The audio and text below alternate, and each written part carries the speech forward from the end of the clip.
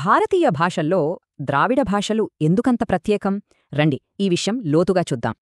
మన దేశంలో ఎన్నో భాషలున్నాయి, కానీ వాటిని ముఖ్యంగా రెండు పెద్ద కుటుంబాలుగా చూడొచ్చు.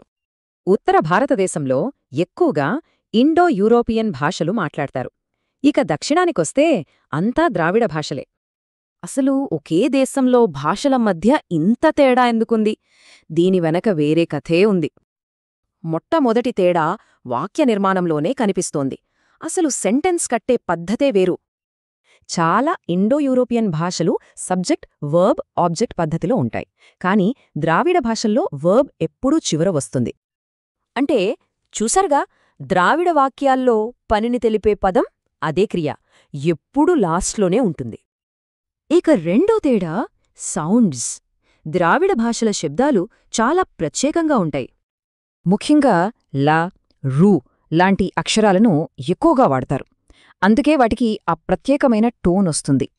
దీన్ని బట్టి అర్థమయ్యేది ఏంటంటే, ఇండో యూరోపియన్ భాషలు రాకమున్నే ఇక్కడ వేరే భాషామూలం ఉండేది.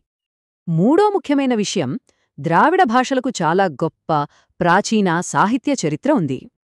చూడండి, వేల సంవత్సరాలుగా ఏమాత్రం ఆగకుండా స్వతంత్రంగా ఎదుగుతూ వచ్చిన సాహిత్యమిది.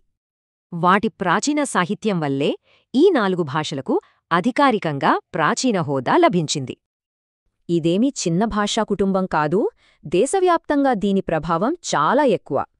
సంస్కృతం నుండి కొన్ని పదాలు తీసుకున్నా సరే, ద్రావిడ భాషల అసలు నిర్మాణం మాత్రం మారలేదు. ఒక్కసారి గుర్తు చేసుకుంటే తేడాలు నిర్మాణంలో, శబ్దాల్లో, మూలంలో, ఇంకా సాహిత్యంలో ఉన్నాయి. ఇవి కేవలం వ్యాకరణంలో తేడాలు కావు, వేల ఏళ్ల ప్రత్యేక సంస్కృతికి, గుర్తింపుకు ఇవి ప్రతీకలు.